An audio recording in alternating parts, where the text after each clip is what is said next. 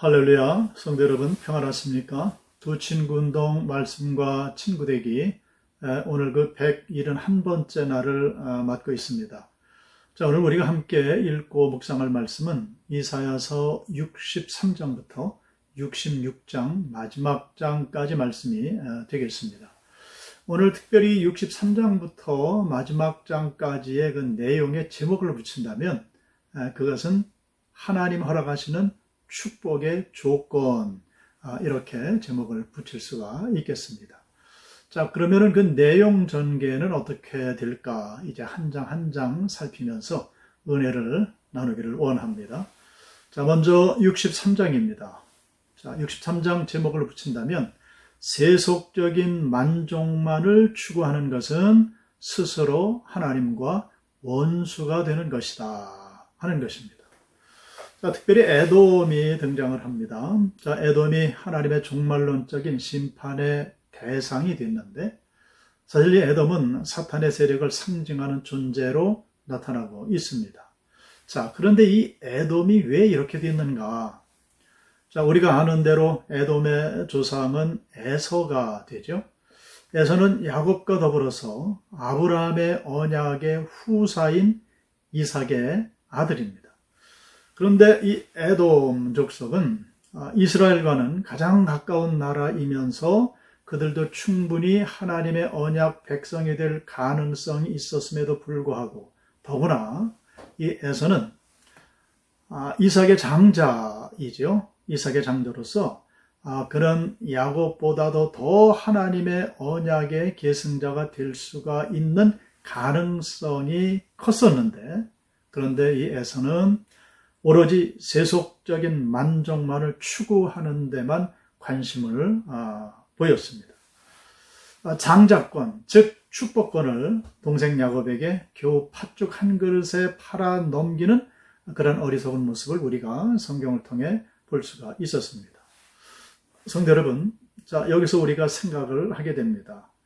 아무리 하나님을 알 기회가 많고 하나님의 은총을 입을 기회가 많다 할지라도 세속적인 것만을 추구하기에 급급하면 하나님의 원수가 되고 만다. 하나님의 심판을 받게 된다 하는 것을 우리가 여기서 깨닫게 됩니다. 자, 그리고 64장입니다. 64장의 주제는 교회에 하나님의 임재하심이었다면 그 교회는 단지 하나의 건물에 지나지 않는다 하는 것입니다.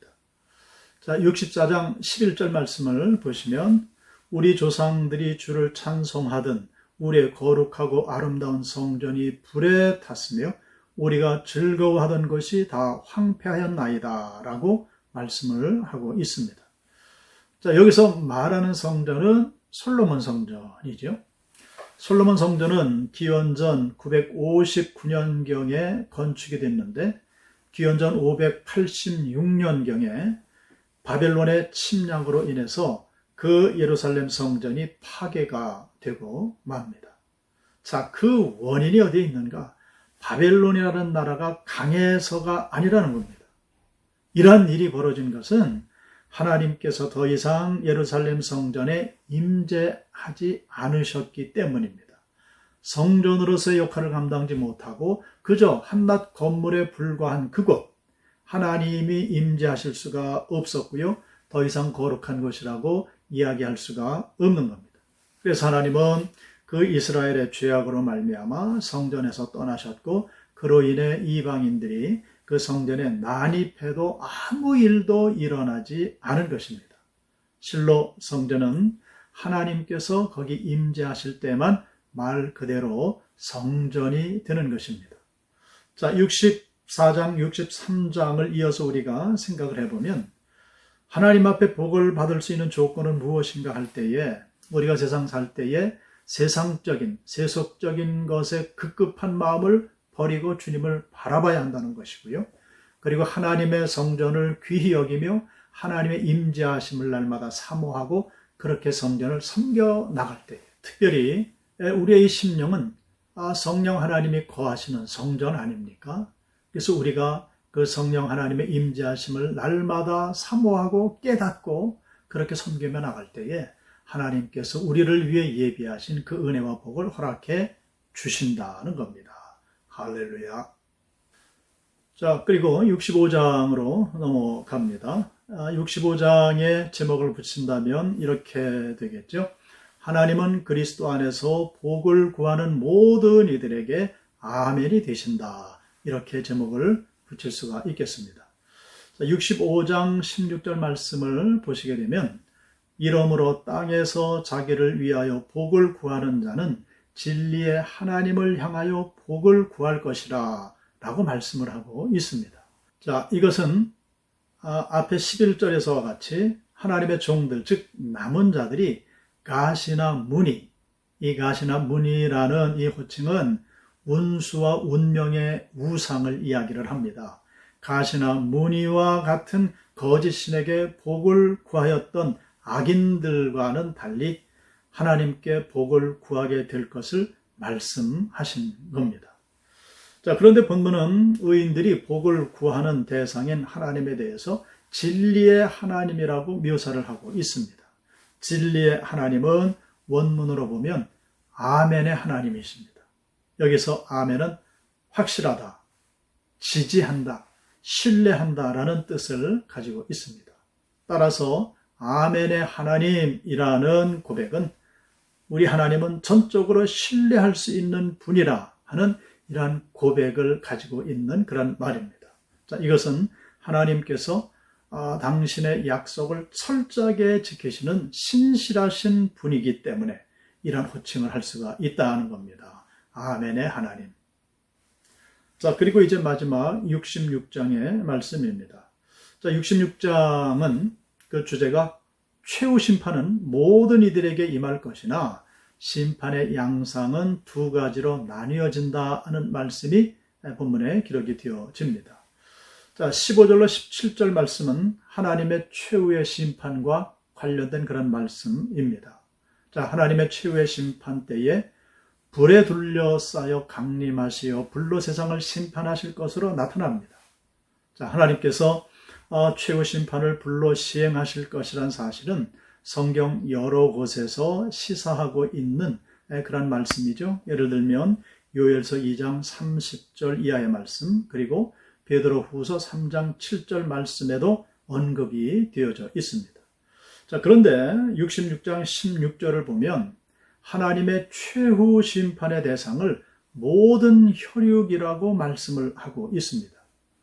자, 여기서 모든 혈육이란 모든 육체라는 뜻인데 1차적으로는 모든 악한 사람들을 지칭하는 그런 표현으로 우리가 이해할 수가 있습니다. 그러나 땅의 모든 사람을 지칭하는 것으로 확장해서 이해할 수도 있는 그런 말임을 우리가 기억을 해야 합니다. 물론 하나님의 최후 심판은 아직 우리에게 임하지 않았습니다. 동시에 그 하나님의 최후 심판이 언제 어느 때 임하게 될런지도 알지 못합니다. 그러므로 우리가 이 사실들을 알 때 오늘을 살아가는 우리의 삶의 태도 그리고 모든 자세들을 다시금 가다듬을 수가 있다는 겁니다. 장차 하나님 앞에 설 것을 생각을 하며 오늘 주어진 우리의 삶의 순간순간을 소위 코람데오 하나님 면전에서 살아가는 그런 마음의 자세, 믿음의 고백이 우리에게 있어야 합니다. 의인된 자로 그리스도를 본받는 삶으로 천국의 영광을 사모하는 자답게 당당하고 의로운 삶을 살아내야 합니다. 그리한다면 장차 임할 심판의 날은 두려움의 날도 아니고 피하고 싶은 날도 아닙니다. 오히려 최후의 심판의 날이 우리는 두 손 들어 할렐루야로 그분을 맞이하는 날, 재림 예수님을 기쁨과 감사와 감격 가운데 맞이하는 축복의 날이 되겠지요. 성도 여러분, 오늘 하루도 우리에게 귀한 날 허락해 주신 하나님 앞에 감사를 드립니다. 아직 하나님의 최후의 심판이 임하지 않았습니다. 물론 언제 어느 때에 임할런지 우리가 알 수가 없습니다. 중요한 것은 코람데오 하나님의 면전에서 날마다 살아가는 그런 삶으로 날마다 영위해 나갈 때에 우리는 재림하시는 예수님을 기쁨으로 맞아들이고 할렐루야로 영접하며 하늘의 큰 복을 받게 될 것입니다. 오늘 하루 이러한 삶이 되시기를 주님의 이름으로 축원합니다. 기도하겠습니다. 살아계신 아버지 하나님, 이사야서 말씀을 면면히 살피면서 오늘을 살아내고 있는, 오늘도 신앙을 온전히 지키며 살아가고 있는 우리의 모든 모습들을 뒤돌아보며 또 현재 삶을 또 바라보며 또한 내일의 삶을 내다볼 수 있는 귀한 지혜를 허락해 주시니 감사합니다. 아버지 하나님, 이스라엘의 역사를 통해 또한 모든 민족, 나라들의 역사를 통해 하나님 현존하시며 모든 역사를 이끌어 가시는 모든 모습들을 보며 깨닫게 됩니다. 아버지 하나님, 그 하나님은 살아계셔서 오늘도 우리를 인도해 나가십니다. 하나님 앞에 감사하며 순종하며 따를 수 있는 귀한 믿음들이 되게 하여 주시어서 이렇게 하나님의 면전에서 살아가는 주의 백성들로 우리 주님 다시 재림하시는 날 할렐루야로 두 손 들어 주님을 환영하며 맞이하며 하늘의 복과 땅의 복을 누리는 모든 주의 백성들이 되게 하여 주시옵소서. 예수 그리스도의 이름으로 기도드리옵나이다. 아멘.